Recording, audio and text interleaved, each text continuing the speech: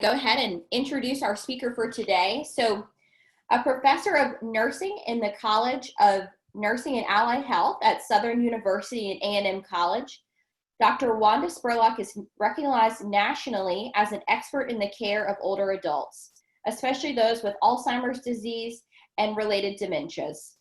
In addition to holding board certifications in psychiatric and gerontological nursing practice, she is recognized as a distinguished gerontological nurse educator by the National Hartford Center for Gerontological Nursing Excellence. Her experiences in dementia care range from direct nursing care to executive leadership positions in acute psychiatric and behavioral health facilities. Recognized by the Alzheimer's Foundation of America as a dementia care specialist, Dr. Spurlock is also a fellow in the NLN's Academy of Nursing Education and the National Gerontological Nursing Association and the American Academy of Nursing.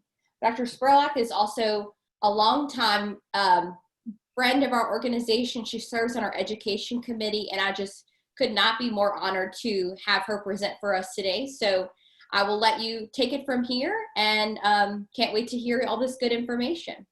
Okay.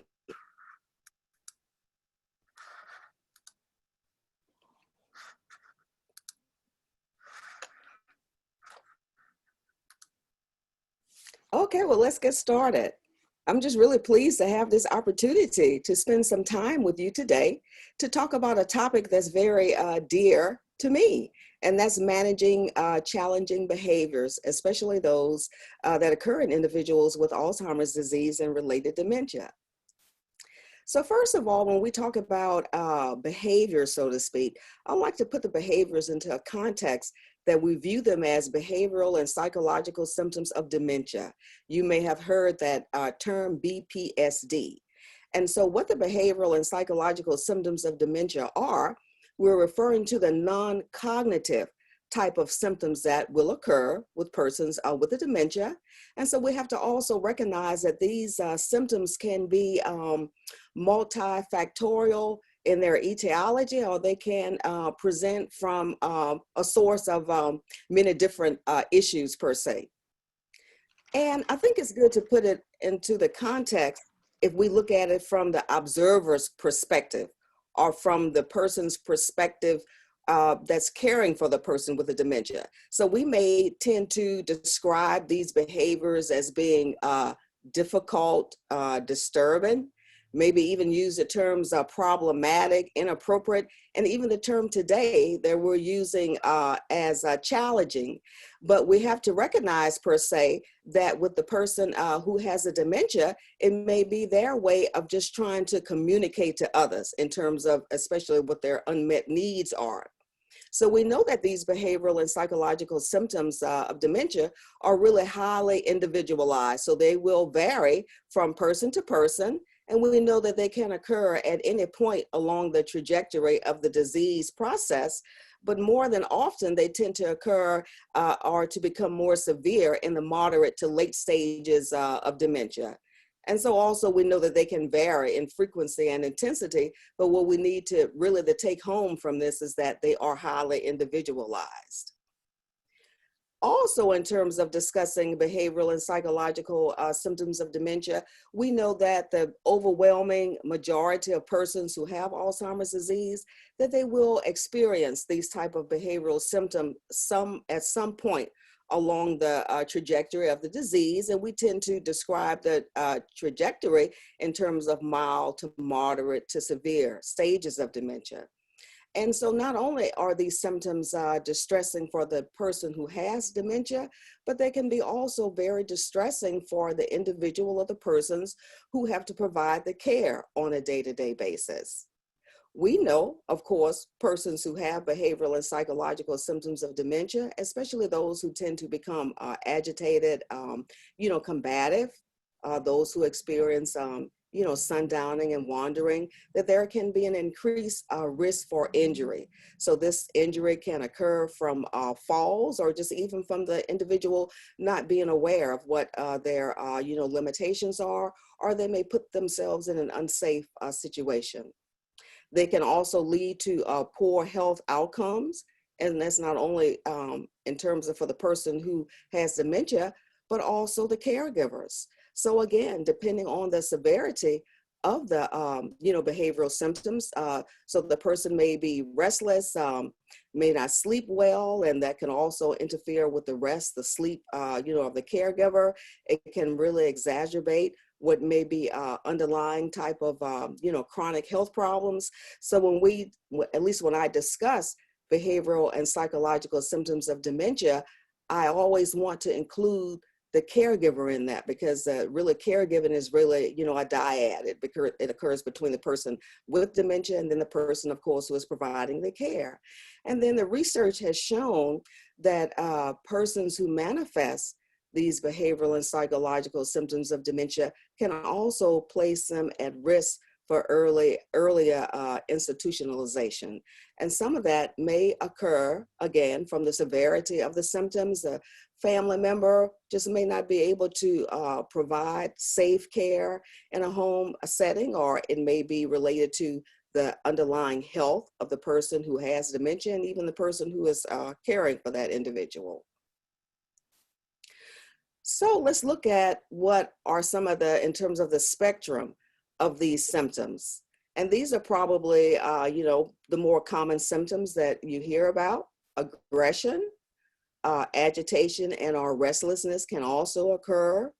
Screaming, pacing and repetitive type of motor activity, sleep disturbances, wandering can occur in addition to shadowing, anxiety, depression, and even psychosis. And when I mention psychosis, I'm referring to two symptoms, hallucinations and delusions. And then, of course, delusions are false, fixed beliefs that are not in keeping with with reality. We know, of course, that it's not in keeping with the reality, but it's really hard or difficult to convince the individual that experiencing the delusions, of course, that they aren't in keeping with reality. And then hallucinations that can occur in any of the sensory modalities, but the hallucinations tend to more often present as visual and auditory hallucinations. So let's take a little deeper look at these behavioral symptoms and Alzheimer's disease. And I'm showing a picture of a normal brain and a picture of a brain of a person who has Alzheimer's disease, because I think it's important for us to understand as caregivers, lay professionals and professionals, that people with Alzheimer's disease, when these symptoms do manifest, to understand that they're not acting this way on purpose. And so the main cause of these symptoms that are presenting is really due to deterioration in the brain cells. And so that deterioration or destruction of the brain cells is really is impairing that person's ability to make sense of the world or to make sense of their environment. So then, again, the behaviors become a way of communicating. So I'd like to spend some time now talking about what I term as core principles in viewing behaviors, and I have them listed. Number one, and I think this is the most important, is for us to understand that all behavior is meaningful. So regardless as how bizarre the behavior may appear to us on surface, we may say that it just doesn't, make sense. We don't understand why the individual is acting this way, but we need to know that that behavior is meaningful. Again, it's usually that person's way of communicating when they no longer have the ability to communicate through us through language, or to be able to articulate their thoughts and feelings. And so another important principle is that behavior is not something for us to stop. And oftentimes as, caregivers, we want to know, well, how can we stop this behavior? It's really disruptive. It's disturbing, it's distressing. I want to be able to stop the behavior. But I would like to present another way for you to look at it, is that the behavior is not to be stopped, but rather it's something to be understood.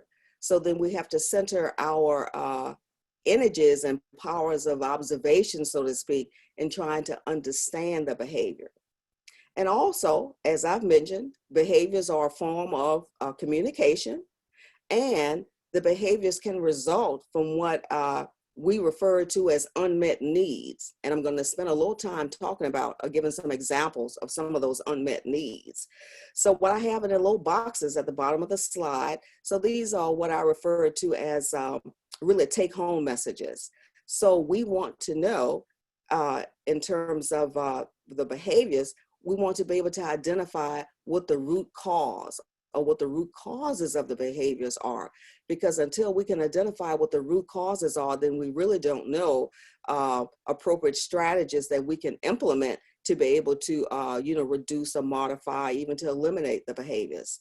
And so then again, the focus is not on stopping the behavior, but rather the focus becomes on reducing, eliminating, or again, modifying the factors that can cause or contribute to the behaviors.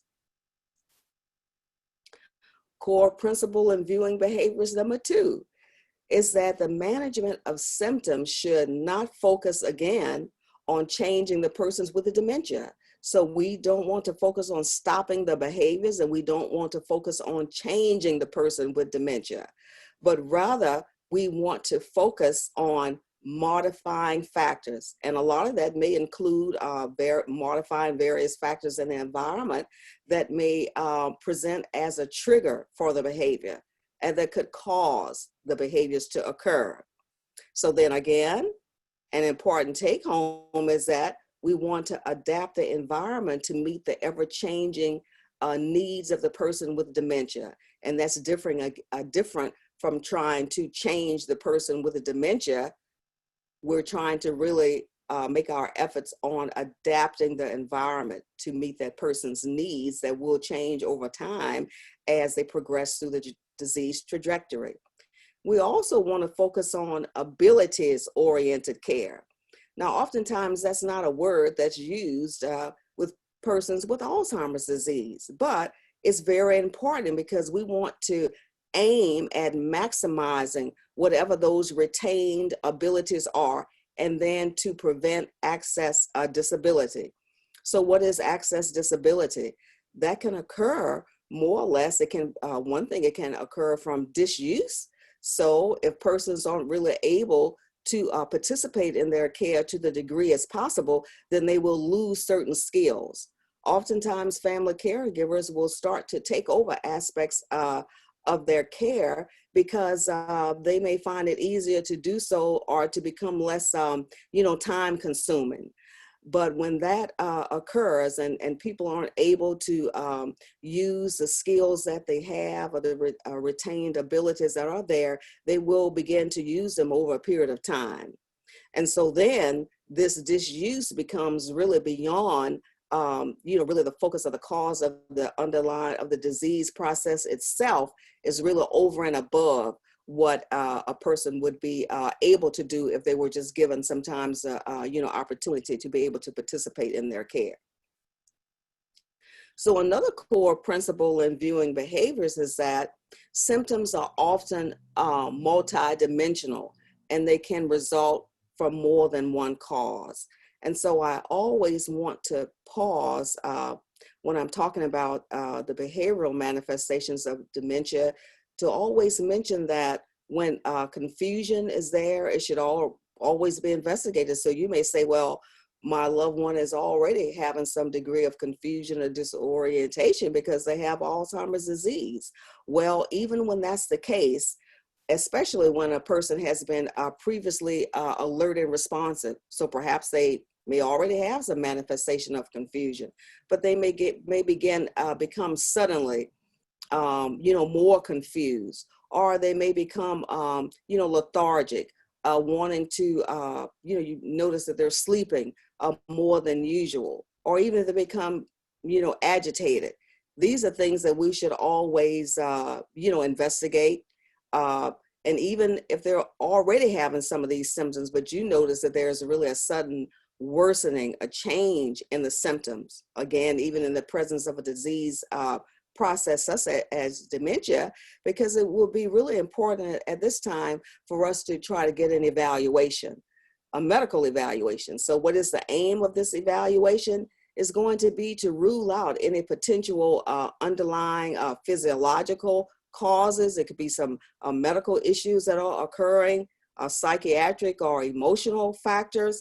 And of course, it could even be coming from environmental or pharmacological triggers. Sometimes it may be the case that the person is having some adverse effects to, medications, or maybe the environment has become, overstimulating. So those are really things that we should not, just really brush off per se, and to say, well, my loved one already has dementia, and I've been told that over a period of time it's going to worsen. And so maybe what I'm just seeing is some downward spiraling, of the disease process.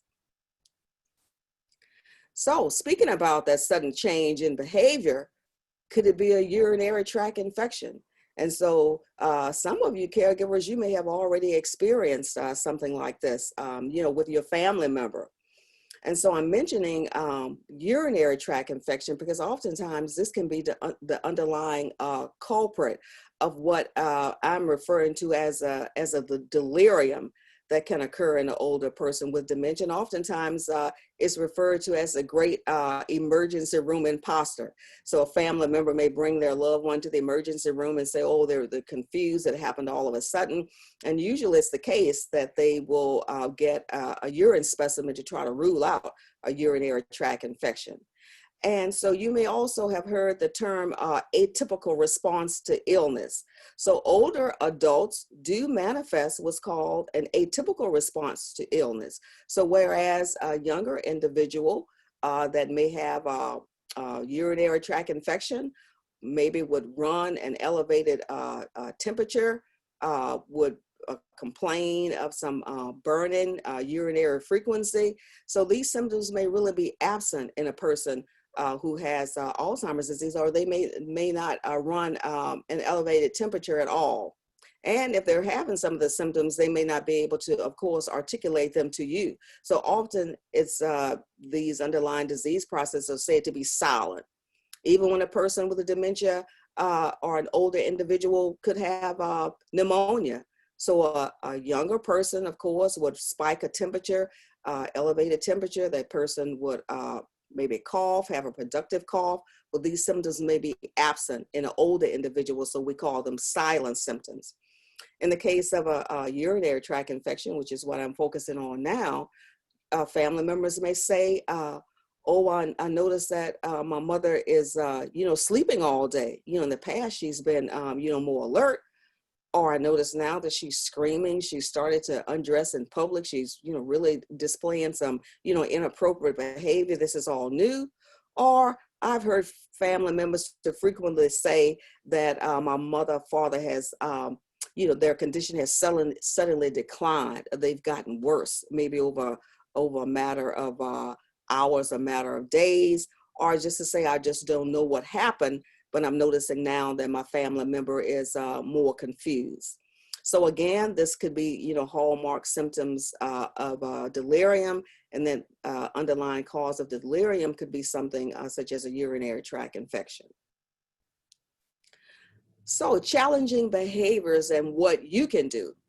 Well, first of all, to remember that, as I mentioned earlier on, that these disruptive behaviors are really a result of the disease process. So for us to understand that the person is not acting that way on purpose. And then, of course, I know it's easier said than done, but the remarks of the behavior should never be taken, personally. So what I generally tell, caregivers, and just people, providing care for persons with dementias is that we always have to know ourselves, so to speak. We have to know what our buttons are, and when certain buttons are pushed, what type of response is going to usually elicit. But if we can generally try to, at least in our minds, to the degree possible, to separate more or less these behaviors from the person who's actually displaying them, and to understand that it is part of the ever-evolving disease process. So we have to try to understand, again, that the person is not acting that way on purpose. It's necessary to avoid finger pointing, scolding or threatening, or to validate. It's important to validate that the person appears upset over something, and then to reassure them that you want to help, at least to start, just in terms of, validating, the person's feelings. Oh, I can see that you're upset about something. I'm here to help. I'm here to assist.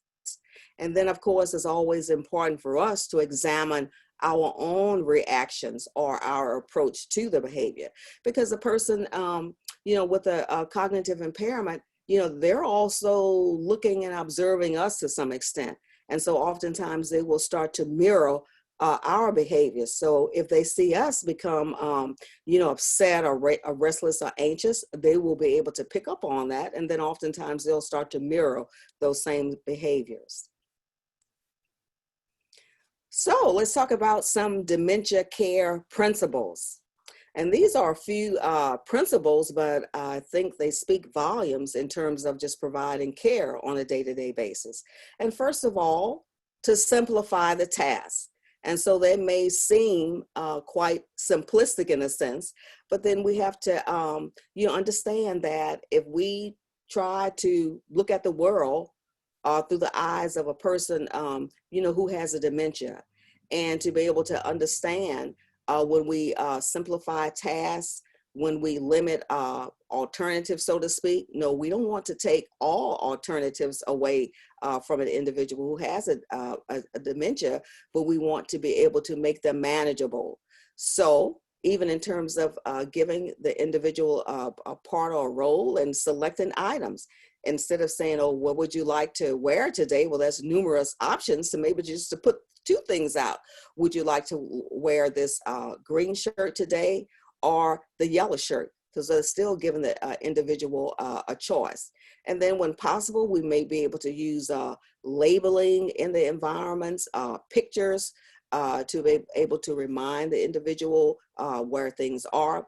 We want to be able to communicate clearly and calmly, because again, remember, when the person with dementia can detect that we are upset, or we tend to, raise our voices or to speak, more rapidly, or don't give them an opportunity to respond, then oftentimes that will become upsetting. And then to be able to tailor activities. And I'm going to talk a little bit about person-centered approach.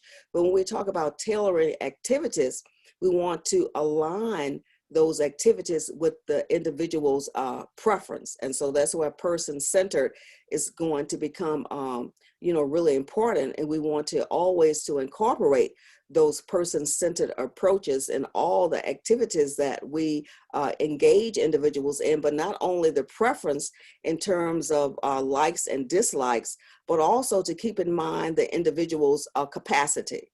Because if we attempt to engage them in an activity that is too demanding, then that can evoke what sometimes we refer to as a catastrophic reaction. So that's when the demands that we are placing on the individual is going to really exceed what their capabilities are. And so they may become suddenly, agitated, restless, because that demand has been placed on them. And we want to be able to provide support as needed. So that's always to be there, calm, reassuring, to offer, unconditional regard. And then this meaningful engagement. And so again, this is going to really entail knowing something about that individual, where they are along the disease process, and also to understand what some of those triggers are. And we're going to talk some about that. And then to make the necessary environmental modifications. So it may just be the case, again, to try to look through the eyes of a person who has a dementia, and then to do a walkthrough through your home. If you're employed, perhaps in a long-term care setting, do a walkthrough down those hallways in a person's room, listen at the sounds, the noises, things that we see, and then to try to then interpret that through the eyes and the emotions of a person who has a cognitive impairment. So these are some of those behavioral triggers, at least some examples I think that it's important to stop and discuss. So these triggers can be environmental, psychological, they can be physical. So what are some of those environmental triggers that we have to be aware of? Even things such as poor lighting, especially if the lighting is to the degree that it may be causing a shadowing type of effect or a glare. So a person then may start to misinterpret stimuli that's in the environment. It's not that there's an absence of actually external stimuli, but there may be some external stimuli, but it's a misinterpretation of it. So they may see the shadow and they may think that it's a person that's in the room. Or I had a family member to tell me once that she used to just put her coat and hang it over the door. And so she noticed that her father would start to scream because he would actually think that that was someone, in the room, because it was causing a shadowing effect. And then even glare. I'd even be aware of the flooring. Sometimes it's the case when the tile may have certain types of, arrangements in them. And so persons may, with a cognitive impairment, even they may have some visual impairment already, they may even see those as, bugs or things that are crawling. So excessive noise. Now, oftentimes today in the world that we live in, excessive noise, we have become accustomed to the noise, so to speak, and especially in the age of technology. So we may hear our telephones ringing. There may be a certain sound when it's a text message that's coming through. Look, the television may be on, and there may be just multiple sounds of people talking, in the background. And so although we are able to sort through all those sources of stimuli and just to focus on that one thing, a person with dementia is actually taking in all those forms of stimuli and they aren't able to sort through them. And then clutter. Oftentimes when there's a lot of clutter in the environment and other items that might be distressing or that might be misinterpreted, that can serve as a trigger. And even uncomfortable temperatures. I know it's the case probably that you've been maybe in a setting that you've just been extremely maybe cold, and maybe you weren't able to really to adjust that temperature yourself.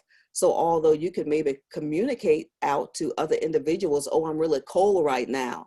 Maybe do you have a sweater or something that I can, put on? Well, a person, who has a dementia, they aren't able to express that. So then again, that communication can surface in the form of a behavior. So it could be hot, it could be cold.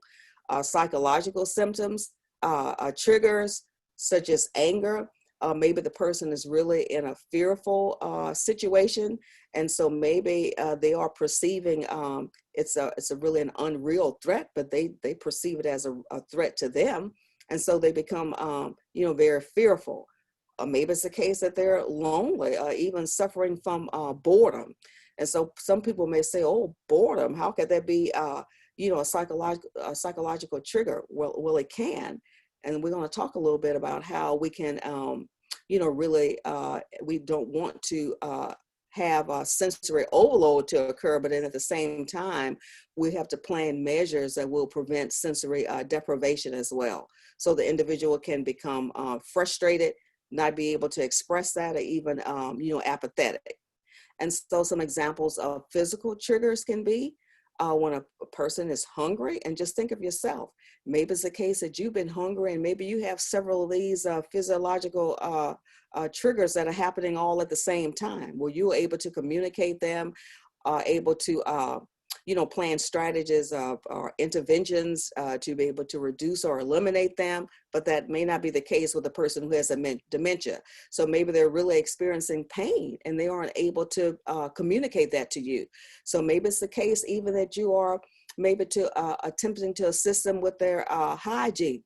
Maybe you're trying to give them a bath and you reach at their arm, and wow, they may just strike out at you, and you, well, what is going on? Well, maybe it's the case that that shoulder is really causing them some extreme pain, but again, they aren't able to communicate that in words. Thirst, constipation, even individuals who have, fecal impactions that may go unnoticed. Fatigue, it could be the case. Maybe it's an underlying infection. Then again, it could be some adverse effects from medication. So these will all act as triggers for the behavioral symptoms to occur. So a person-centered approach, I mentioned that earlier.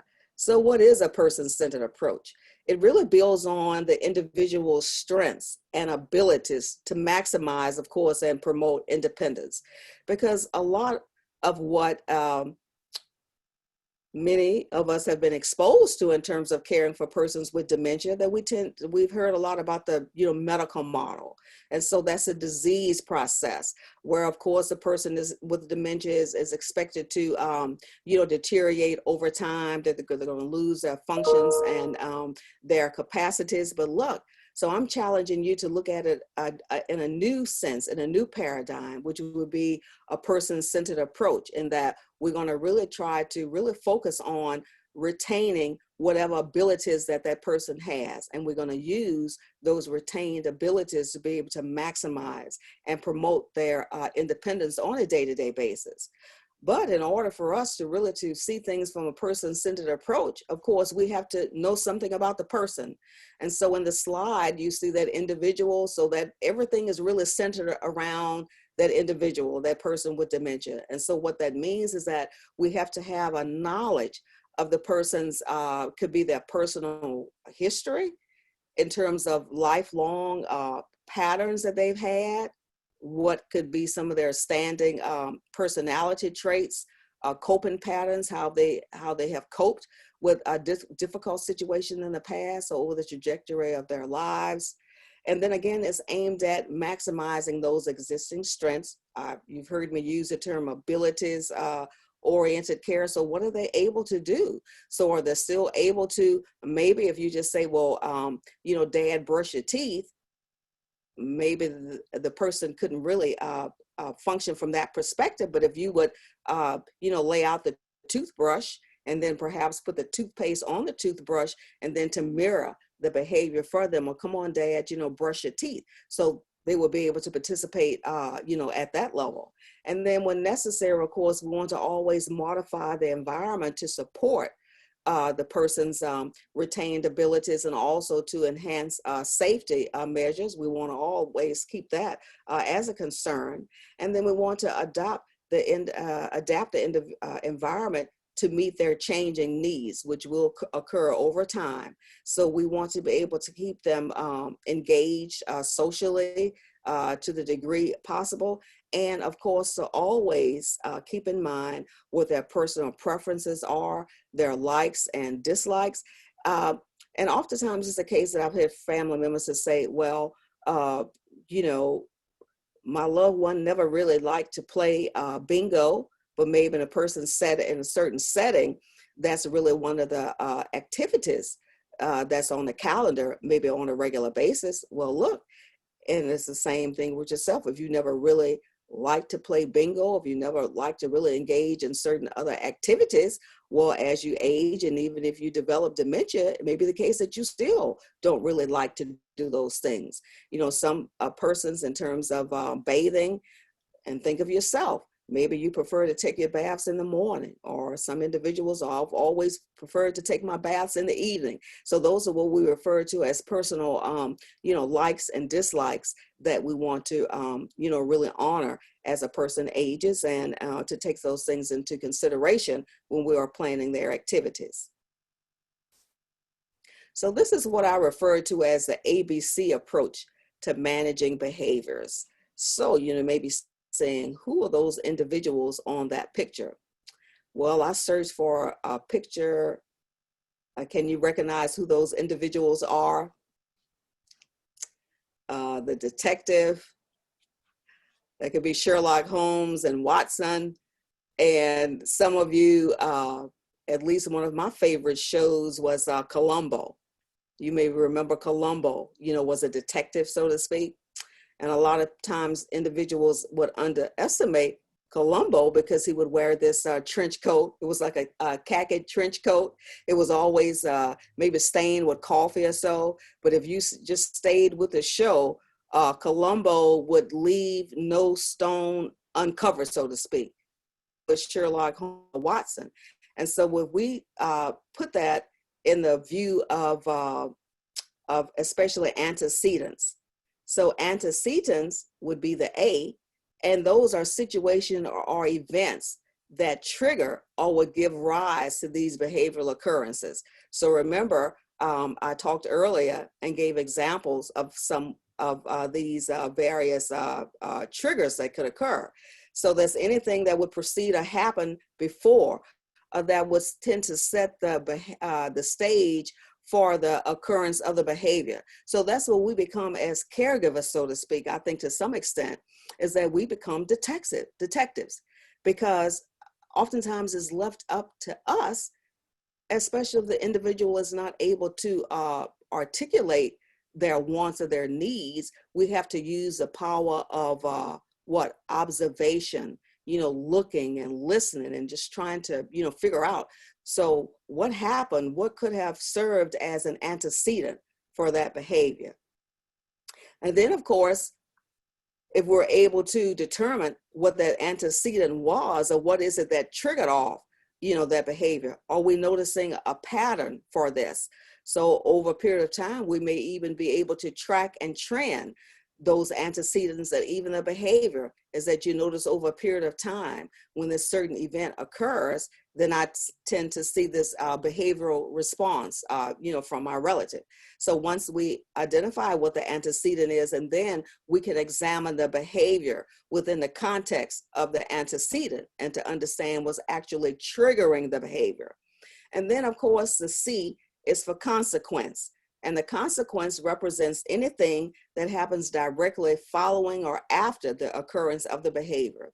And so this is where I like to involve, the caregiver in the conversation. And so to look at yourself with that C of the consequence, and to examine in terms of, okay, so how did I respond, to the behavior? So maybe it was too much noise in the environment. I notice sometimes it's the case when a lot of visitors are maybe over at one time and it's too many people around. I notice that my relative tends to become, restless, paces around, maybe becomes a little aggressive, so to speak, maybe may shout out some, profanity, maybe say things that they wouldn't, normally say, that we may, perceive as embarrassing. But then to examine ourselves, okay, so how did we respond to the behavior? And oftentimes we tend to look at the person who is manifesting the behaviors, but we also have to turn the mirror and the spotlight on ourselves to examine what is it perhaps that we may be doing or responding to the behavior actually serve as an additional, trigger, so to speak. So these are some communication tips to help with the behaviors.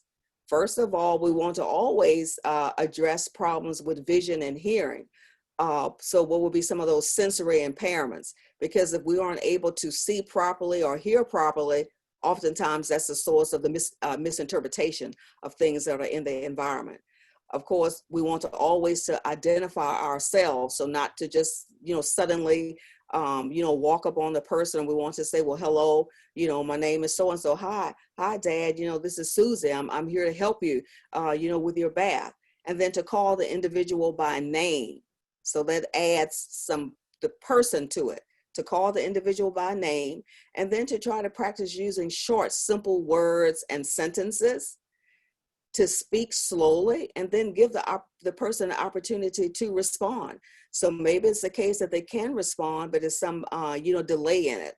And I know in today's, world, society, we're trying to multitask oftentimes. And so sometimes we, the virtue of patience tends to kind of fall away, but we have to always to come back to that.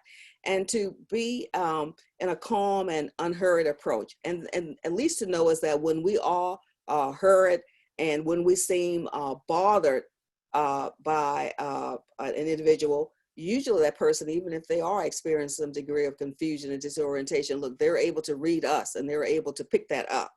And so repeat the information or questions as needed, to repeat it back slowly, repeat it back the same way. And then again, don't take it personally. You see, I have that's highlighted, and I stress that throughout the presentation, not to take it personally. And so we want to avoid giving vague statements or criticizing the individual. Then even to quiz the person to say, don't you remember? Oftentimes we'll just say this without thinking about it. Well, Dad, don't you remember? I just told you that a few minutes ago. Well, look, you just asked about this. Don't you remember? I just said that. But look, if the person could remember, they wouldn't be asking you that. And of course, a person's memory is going to be impacted with the dementia, especially their recent memories. So they will have asked you something and maybe in a turn around and ask you the same question again. So when it's possible to give visual cues and gesturing, like I mentioned, instead of just saying, Dad, here, brush your teeth, you want to give the person a toothbrush, mirror the behavior behind them. If you want them to have a seat, instead of just saying, well, Dad, I knew you must be tired. Sit right here. Well, they may not really understand what that means, but maybe you can pat the chair that's next to them, put your hand in the chair and pat it and say, maybe, look, have a seat right here. So that's called giving, visual cues and gesturing or mirroring behaviors. And then when it's possible, maybe to write short notes or reminders, depending on what stage the person is with the dementia. Of course, we want to always treat the individual with dignity and respect. And then we want to limit the source of distractions in the environment. So communication, and this is where I talk about validation versus reality orientation. And you may have heard this terminology before, but it's really important when we are interfacing with persons with dementia is that we don't argue with them, attempt to convince them or force the person to try to accept, your reality, because their perspective and how seeing the world per se may be very different from yours. And even when a person is, suspicious or, delusional, oftentimes we think that if we argue with them or try to attempt to talk them out of that would be successful. And usually it's not. So it's important to just use a very matter-of-fact approach. And it's always important to address the person's feelings in relation to what they perceive as reality. So then again, we're not trying to force a fact on them, so to speak, but we are approaching from a feelings perspective. So again, we are into the emotional intent of what's happening at the moment, of what the person is saying, rather than presenting the factual reality to them. And so usually that's more beneficial and less likely to result in increased agitation or catastrophic reaction. So I'll give you an example. In my many years working as a nurse in an acute care facility with persons with dementia, especially when I would work the night shift or the 11 to 7 shift, it wouldn't be uncommon, maybe at 2 or 3 o'clock in the morning. I have a person at the nursing station, Mama, I want my mama. Where's my mama? You're hiding my mama from me. And of course I could say, well, Miss So-and-so, look, don't you remember you're in the hospital, right now. And look, and don't you remember your mother died, some years ago? Well, that's all factual, so to speak, but that's not really getting at the source, more or less, of the emotional content. So I may, just try to distract the person away, from the nurse's station, and to say, oh, well, Miss So-and-so, I can see that you're really upset. I can see that you miss your mother. Oh, tell me something about your mother. What was your mother's name? And maybe just start to talk about, some of the fond memories. So you really, distracting the person away from the source of the frustration, so to speak, and now you are engaging with them at an emotional level. And so I found that to be very beneficial in terms of a communication strategy and caring for persons with Alzheimer's disease, especially in the moderate and later stages when their cognition is really impaired.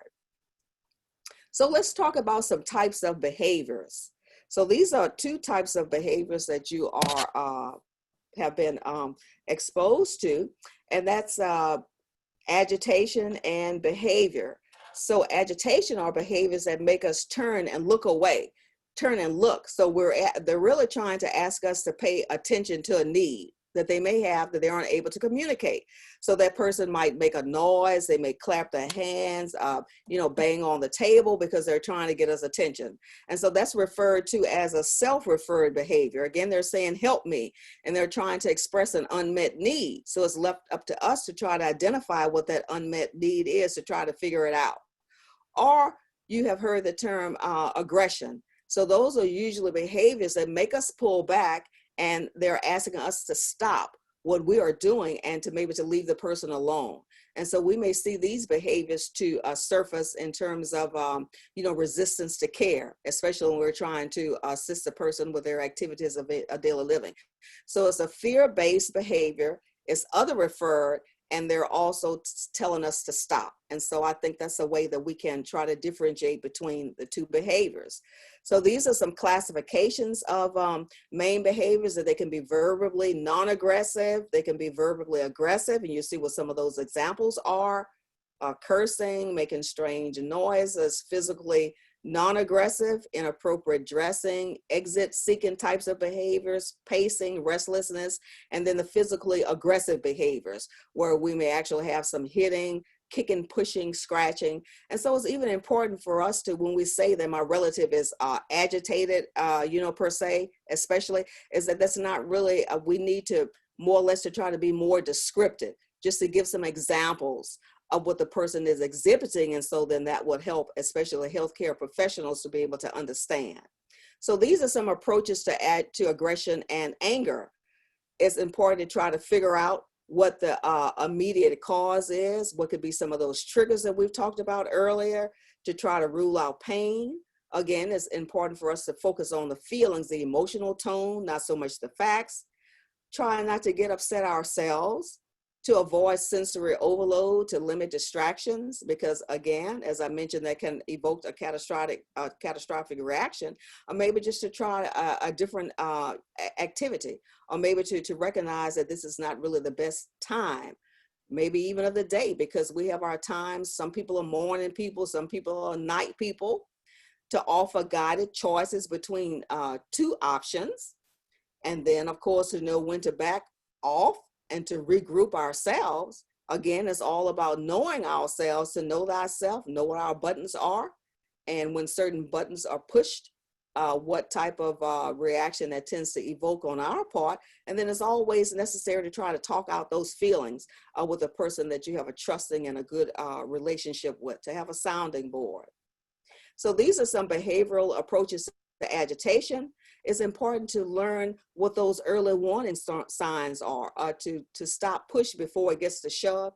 Generally, if we notice there's going to be a pattern of behavior and cues that will generally alert us that something might be amiss. Maybe the individual starts to talk faster or maybe louder. If they're walking, they start to pace, maybe even start to ball their fist as such. So we want to be able to recognize what those early warning signs are and intervene. And then again, to be able to recognize if there are certain triggers for those behaviors. So we have to try to identify the source of the frustration, to look and listen. Sometimes we have to be our private detective, and then to provide some frequent calming reassurance. Again, it's important to be able to provide structure and consistency. And maybe today we might say, in light of everything that's going on, our routine day-to-day structure really has changed, so to speak. And oftentimes that can become even disruptive with a person, with a dementia, when the normal day-to-day flow of activities will be disrupted. So I've talked about engaging the person in meaningful activities. And again, that's going to go back to those person-centered approaches that I've talked about. So is it better perhaps to try to work with the person on a one-on-one basis versus maybe small group related activities, to try relaxing and simple activities, maybe something as simple as folding clothes, or maybe going through a scrapbook, looking at pictures that remind us of pleasant things and memories, to modify the environment, and then also to provide outlets for energy. So these are some behavioral approaches to suspicion. And again, that I've mentioned earlier, that it's important not to argue with the individual or try to attempt or to force our reality on them when they are suspicious, to use a matter of fact type of approach, to use simple responses, to distract and redirect as appropriate. But then it's also important to be able to identify what some of those hiding places are. Because sometimes when it's the case that a person is suspicious and maybe they're suspicious that someone is going to maybe steal things from them, steal things out of their purse. So then the person may hide the purse because they don't want you or someone else to steal from them. But then of course they forget where the purse has been hidden. And so we have to just try to identify what those hiding places are. And oftentimes it's the case, if we go back to those hiding places, we're able to retrieve those items. And then it may be necessary even to duplicate the items. If these are items that are constantly, maybe the person is hiding because they are suspicious, they can't remember where they are, maybe you have to duplicate them. So maybe if it's a Black person, we can have extra purses on standby, extra wallets on standby to replace them with. And then again, not to take it personal. So these are some, and I'm going to stop and just take a drink of coffee. Wandering, some environmental modifications that can be taken, again, to minimize the noise, the source of distractions. It may be possible to, we may have to disguise or camouflage the doors or the exits, especially if we find that our loved ones are constantly, going to the door trying to get out. So maybe it's a case that we could put a curtain, over the door, rod, that will hide the actual door itself and the doorknob, but just to disguise it. And so the person is no longer constantly going to that door. To be able to place a person-centered activity box near the doorway. So what's a person-centered box? It may be you realize things from the person's past because we know things about them. So maybe it's things that they were interested in, hobbies that they had, things that they always enjoyed doing. So you would have some of those items in the box. So you could use that as a means of distraction by the doorway. And then when possible, to use unique door identifiers or signs. So maybe it's the case, going back to person-centered, that that your mother was an avid gardener. She wore this favorite hat when she was outside working in the garden. And so then maybe you would place a hat or so on that person's door, on the bedroom door, and that could perhaps help them to identify the room. Or maybe the picture, of a toilet on the bathroom door.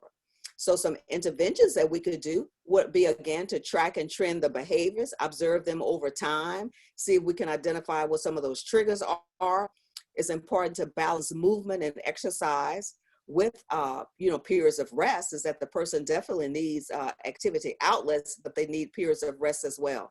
To be able to walk in safe outdoor areas, to be able to ensure that basic needs are met, to involve the person not in just activities, but in meaningful activities, to use calm, it says preferred music. So this preferred music means that the music that person has always been fond of, so to speak. To use reassurance and redirection as necessary. Sometimes it's a case that if the person is approaching a dangerous situation, that we might have to use what I call as the element of surprise. So we have to say, "Oh, mama," just something that's really to get their attention, distract them immediately, so you can then move them to a safer area. To be able to consider finger foods, if it's the case that they're restless and a lot of wandering, and so they can eat on the go. And then, of course, the Alzheimer's Association has what's called a safe return and comfort zone. And these are really use of technologies, so to speak, that can aid if a person that has dementia does wander off and get lost, or if they lose a certain, they go past a certain, parameter within a setting. Also to be able to identify that person. So for sundowning, I've worked with numerous persons who have experienced this, and you may say, well, what is sundowning? It's simply in terms of, it's implied in the name, is that it's increased confusion, anxiety, and agitation that usually begins late in the day or the evening. And this type of behavior tends to typically peak in the middle stages of the disease process. And what can be a contributing factor is that, you know, at the end of the day, so to speak, as the day progresses, individuals may tend to become fatigued. Maybe exhaustion can set in. So these can be contributing factors. It could be adverse effects from medications that can be causing the sundowning. And of course, as the sun does go down, then we tend to lose some of our orienting cues, so to speak. So it could be a manifestation of all these contributing factors that are occurring. And so when persons do have all sundowning, it's then important for us to be able to try to track and trend the behavior, the time of day that occurs, maybe the antecedents, maybe activities or events that may have actually given rise to the behavior. So here are some strategies to prevent fatigue, to allow for adequate rest between activities. So again, we may have to consider short naps in the morning and early evening, and to alternate that with activities with time for rest, and then to know what's the person's best time of day. Are they tend to be a morning person, an evening person, a night person, to be able to avoid overstimulation. And then again, maybe we can try some calming, preferred music, even to listen at nature sounds, and then to be able to allow the individual to nap in a chair if they refuse to go to bed. So sometimes we have to pick our struggles, our battles, so to speak. And so if the person is okay, napping in a chair, then let them nap in the chair instead of forcing to go to bed. So these are some non-drug measures that we can use to promote sleep. And you see the lavender that's there, because oftentimes the aromatherapy can be beneficial, scents such as lavender, warm milk, perhaps, soothing, preferred music again, maybe just a light massage. And we want to definitely limit intake of caffeine, especially late, in the afternoon and the evening, of course, when it can interfere with rest and sleep. And then it's important to offer opportunities for toileting prior to retiring for sleep as well. And then to have, again, that balance between rest and activity to encourage periods of interaction, especially between family and others during the daytime, to at least to keep the person alert. So it's the case then that they may sleep, better in the evening and night. So here are some measures that we can do to enhance for sensory enhancement. And some of these I know that you're familiar with. Landscape, outdoor gardens, outdoor activities when it's safe. Again, those soothing sounds like singing birds, maybe the sound of water on a tin roof or waterfall, soft music. These are referred to as soothing environmental sounds, to provide for periods of exposure to natural, sunlight, daylight when possible, to incorporate things from the environment that can stimulate the senses. So maybe that might be to use a memory book, a scrapbook with pictures, different items with different textures, like even the cotton balls, things that are soft. And then especially the smells with citrus odors, smells from plants, lavender, roses. And just think of yourself, if you walk in the room and you're a coffee drinker and you smell that freshly brewed coffee, a freshly baked bread, these things tend to also stimulate, your senses. And so they will work the same with a person with dementia. So these are some things that we can do to prevent sensory overload. Some examples is that to decrease the environmental noise, as I've mentioned already. And I want to highlight to avoid the use of large mirrors, because I've worked with some individuals that the mirror was really the source of the behavior, so to speak, because a person could no longer recognize themselves in the mirror. So when they would walk by the mirror, they would scream and yell, and because they thought that was another individual right upon that degree of close proximity. So sometimes the mirrors can have that effect that we need to be aware of. I've talked about the casting of shadows and be aware of the lighting and the comfortable room temperature, and to assess for unmet needs such as toileting, thirst, hunger, pain, to use those therapeutic communication strategies to prevent those catastrophic reactions that I've talked about initially. And then it's important to maintain that calm, non-hurried approach to care. I'll talk a little bit about resistance to care during bathing, and some nursing approaches, even if the person is in a long-term care facility, or even as caregivers, we could do this at home to try to be aware of those lifelong bathing habits and preferences, to try to see this activity through the eyes of a person who has a dementia, to try to focus on the individual and not so much on the task that's being performed, and to, when possible, allow for the degree of participation as possible. Some communication strategies that we can use during a bathing time would be to use a calm voice, a simple step-by-step directions and approaches to try to engage the person in pleasant topics and conversations, to use those verbal cueing and sequencing and mirroring that I've talked about earlier. And then, of course, to offer unconditional praise and unconditional regard.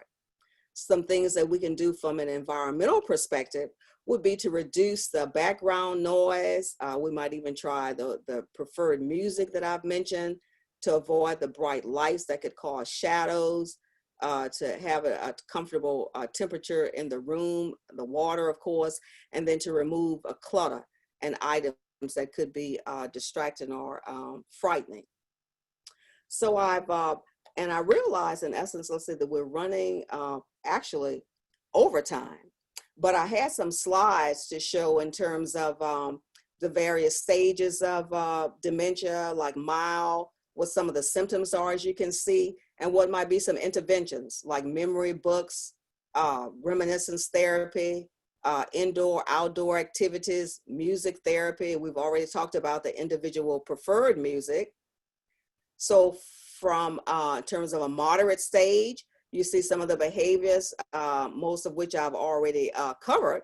And these are some interventions that can be used, like simulated presence therapy, individualized preferred music, validation therapy that I've talked about, the white noise I didn't get to mention, but white noise would be the monotone sounds at a certain decibel that would actually drown out other sounds in the environment. So you probably heard the maybe the rain that's falling on a roof, maybe the sound of a dryer, the humming type of sounds. Well, that's called white noise, and it has shown to be effective, especially with agitation. Maybe pet therapy. I've mentioned about the aromatherapy, video respite, that you would maybe make videos that would be of pleasant times that you've had with your relative, vacations as such, and those could be played over for short intervals. And then the severe stage would be repetitive vocalization, screaming, yelling, crying. Soft, calming music might be the case again. Another intervention that's called snoozling. We tend to see this in specialized care settings, but these are multi-sensory type of environment, so to speak, that can stimulate the person's senses. And then the simulated presence therapy is that we aren't there, so to speak, but we can make recordings. Maybe if our family member is in a nursing home, so we can make short recordings, we can have the nursing home staff to play some of those during the daytime, and so it can simulate our presence. So this is going to be my last slide to consider this. Again, aroma plugins that can mimic smells of cookies baking, holiday smells. The holidays are coming up. Bread machine, freshly brewed coffee. We can collect old magazines from antique stores, use the pictures and the ads for conversations. For persons who pinch or grab, we can give something soft for them to hold on to or to squeeze, such as a sponge type ball, or we can try to make it, person-centered. For persons who yell out or scream, maybe attempt to engage in singing activities, comfort foods like ice cream pudding, maybe a spoon of peanut butter, of course, if the person is not allergic to peanuts and doesn't have any difficulty swallowing. And then for persons who tend to disrobe, then we can try jogging, dressing them in jogging pants or tops, give them something to hold in their hands. And at the bottom, I have to remember that the activity must be matched with the person's cognitive level and other abilities. So I realize that we're out of time now, and hopefully, I've given you some, strategies that you will be able to utilize on a day-to-day basis. And again, I want to thank you for taking this time to be with us today. Thank you so much, Dr. Spurlock. I cannot say enough about that presentation. That was absolutely incredible information. We do have a few questions in the chat box if you have a couple minutes. Sure. Okay. So we have one question. Are there any behaviors that may require the use of antipsychotic medications? Well, we always want to say that the main frontline approach to the behaviors would be the non-pharmacological interventions, which would be what I've centered the presentation on today. So there might be some instances when the individual might present himself or herself to be a danger, to himself or others, or to be manifesting some psychotic symptoms that may not be manageable with the non-pharmacological approaches. So in those instances, definitely, discuss those with the person's, healthcare provider. Sometimes it's the case that they may have to resort to antipsychotic medication, but that's going to usually be with some guiding principles, to start off at the lowest dose possible for the shortest, period of time. And then to, of course, to, not to have it as a long stay type of intervention, but sometimes it may be necessary. Thank you. Couple more questions. We have a question. I've never heard of snoozolin. Can you elaborate a bit? Yeah, and snoozolin, and then I would encourage you to Google that as well. So you will see in some care settings, they may use specialized types of lightings, things in the environment with different textures and colors and lights and sounds that can really stimulate the senses, so to speak. Stimulate the senses, but not really evoke a catastrophic reaction. So especially if it's an individual that has become, I want to say, apathetic and not really having the appropriate sources of, sensory stimuli and enhancement, then they may try a snoozolin environment. Okay, great. And one last question. We have tons of positive comments in the chat box. I also want to acknowledge those. I saved them, so I'll send them all over to you after the presentation. Thank you for everyone that added those. Here's our last question. This says, I would like another presentation that goes into details of intervention items on the last slide. I need tools that can help me with my husband. Are there toys I can buy to distract? And what is the video respite? I need some distraction items. Okay, so when we talk about the video respite, so that would be, maybe it could be some vacations that you had in the past that were really, really memorable vacations. I think we can probably all think of some of those examples. Maybe it's the case that our relative really enjoyed gardening. Maybe they really enjoyed fishing. So maybe we can make some videos of that. Look, we can make some videos of, to even take pictures of, vacations that we've had, maybe turn them into a slide presentation, or maybe superimpose with some short narratives, within the slides. Oh, we took this vacation, back so-and-so, and oh, look at the beautiful, scenery, try to bring in terms of the senses and all. Oh, it was really a cool day. The weather was great. The breeze was blowing. Oh, I can still really smell those flowers, that were in the background. And so we can turn even a slide presentation into video respite, or just some short, video clips of maybe that we have of family members, weddings, things that were really pleasurable and memorable, and just into little short video clips per se. And we can have those to have on hand to use them at certain times of the day. And in terms of maybe things that the person could hold, the items, it all goes back to knowing about that individual, person-centered. So maybe going back to what was their, occupation, what type of work did they do? Were they a gardener? Maybe were they, a carpenter? So are there some, quote, kind of safe tools of the trade course, we wouldn't give a hammer, but maybe it's like something plastic that wouldn't, be, harmful if a person painted, like maybe like a paintbrush or something, and we can turn that into, a reminiscence type of event. But remember, it has to have meaning for that individual and able to be able to penetrate, through the memory loss and go back and catch on to that remote memory that's there. Thank you so much. And once again, thank you for this presentation. That was absolutely wonderful. I can't think of a person that this information wouldn't help. So we look forward to having you again in the future, and just thank you so much, Dr. Spurlock. Oh, thank you. I enjoyed it.